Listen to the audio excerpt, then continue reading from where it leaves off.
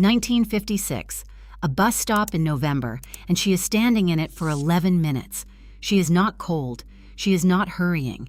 She is not doing the thing we do now, the small hunched run from a door to a car door. She is standing outside, in weather, because that is what the day required.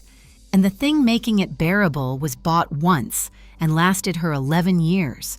Almost every coat hanging in the shops is a copy of something she owned. Not inspired by, copied. And the reason hers outlasted yours by a decade has nothing to do with her being better at shopping than you are. Number 12 is hanging in your hall right now, and you would swear you bought it new. Number 1 is the reason hers lasted 11 winters and yours will not see 3. Starting at 13. Number 13, the trench. Start with the one you already own, because you do. Double-breasted, belted, storm flap over the right shoulder, epaulettes, a collar that buttons up to the throat. Every one of those features was designed for a soldier standing in a trench, and every one of them survives on a coat now sold as a spring layer. Hers had something yours almost certainly does not, a lining that came out. Buttoned in for winter, unbuttoned for spring, so one coat covered 8 months of the year instead of 3. The trench is having one of its biggest runs in decades, with looser volumes, longer lengths, some in suede or leather instead of gabardine. But turn one inside out. The bones are 1917, the version she wore is 1956, and nothing structural has changed in between, which raises a question worth holding on to. If the coat has not changed, why did the way we buy them change so completely? Number 12, the camel coat. This is the one you would swear you bought new. Camel is one of the 3 colors dominating coat collections, alongside black and midnight blue. It reads as expensive whether or not it is, and it has read that way for 100 years, for a reason almost nobody knows. It comes from polo. The original was a loose wrap coat that polo players threw over their shoulders between chuckers, camel hair, because camel hair is extraordinarily warm for its weight. In 1926, it was picked up by students at Princeton and Yale, and within a couple of seasons, it had gone through the entire United States. By the time she bought one, it was no longer sporting and no longer collegiate. It was just the good coat. Real camel hair is still made and still costs what it costs. Most modern camel coats are wool dyed to the color, which looks identical on a hanger and behaves completely differently in wind. If you have a coat in your haul right now that matches something on this list, subscribe. Number 3 is the one nobody expects. Number 11, the pea coat. Short, double-breasted, wide-notched lapels you can turn up against your neck. Vertical slash pockets cut on an angle so cold hands go in easily.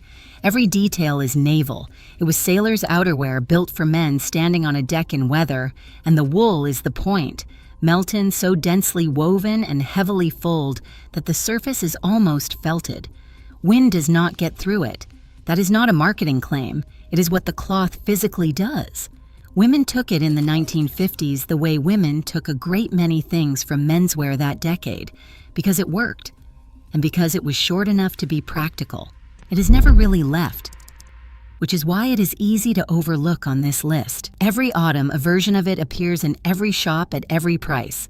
Pick one up and you will find out immediately whether anyone bothered with the Melton, because a real one is startlingly heavy and a copy is not. Number 10, the cocoon. A coat with no waist at all. It curves out from the shoulder, reaches its widest point around the hip, and narrows again at the hem. No belt, no seam, no attempt to follow the body, a shape that stands away from you on all sides. In the 1950s, it was called a pyramid coat, or a bell coat, and it existed because of what was underneath. Skirts were enormous. A fitted coat over a full skirt is physically impossible, so the coat had to carry the same volume as the dress. The version in shops now is called a cocoon, and the rounded, loose silhouette is one of the defining coat shapes of the season.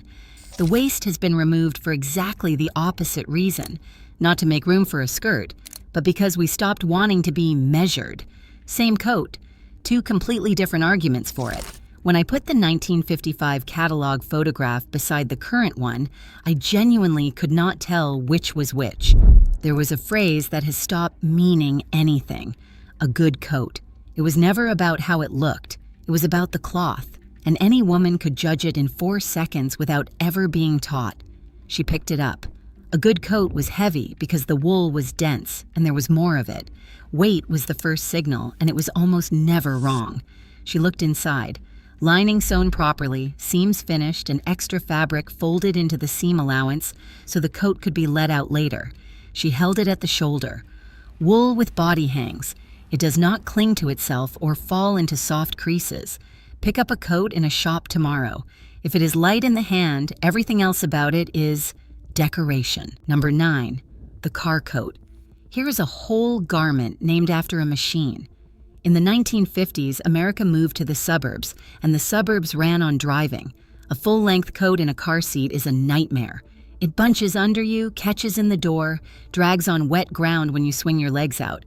So the industry cut one off at the hip or the 3/4 mark and sold it as a car coat. Wool, semi-fitted, often double-breasted, sometimes with a back belt or toggles. Roomy in the shoulder because you were reaching for a steering wheel. Short enough to sit on without folding. It is the same coat the 1990s sold as a stadium coat, and the same coat sold now as a short wool jacket. This is also the first coat here that exists because of a change in how women moved through a day, which is the thread running under all of this. I came at it from a different angle in the video on shoes. It's on the channel. She bought one coat a decade, and she was right to. That kind of arithmetic ran through the whole house.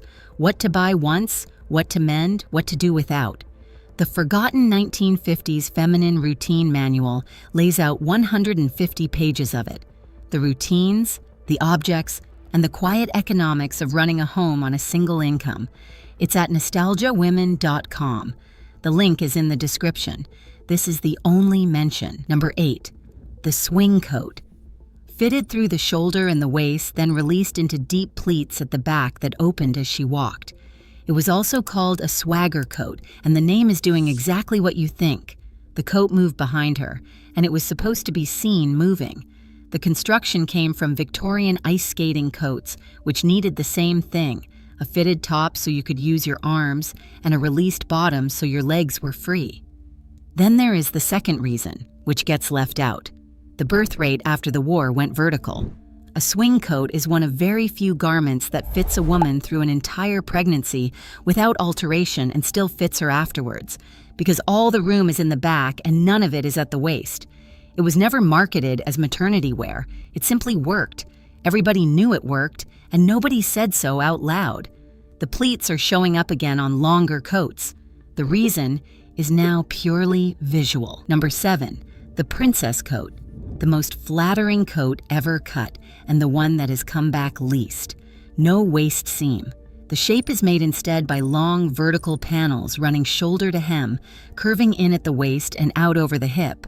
Because there is no horizontal cut, the eye travels the whole length uninterrupted. The coat is one continuous line, and it makes the wearer read taller and narrower than she is.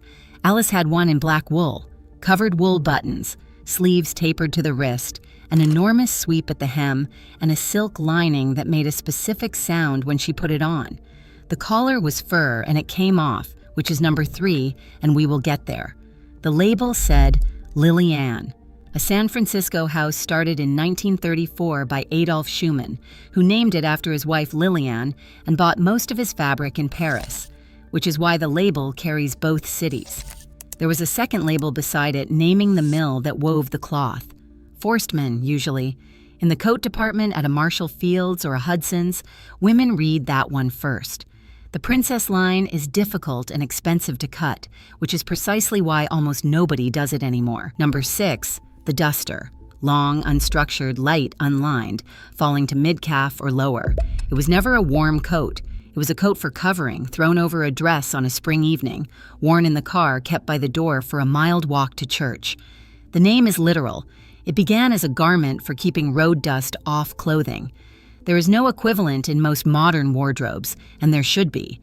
The gap between cold enough for a coat and warm enough for nothing is about 6 weeks twice a year, and we have simply decided to be uncomfortable through it. Number 5, the Bolero.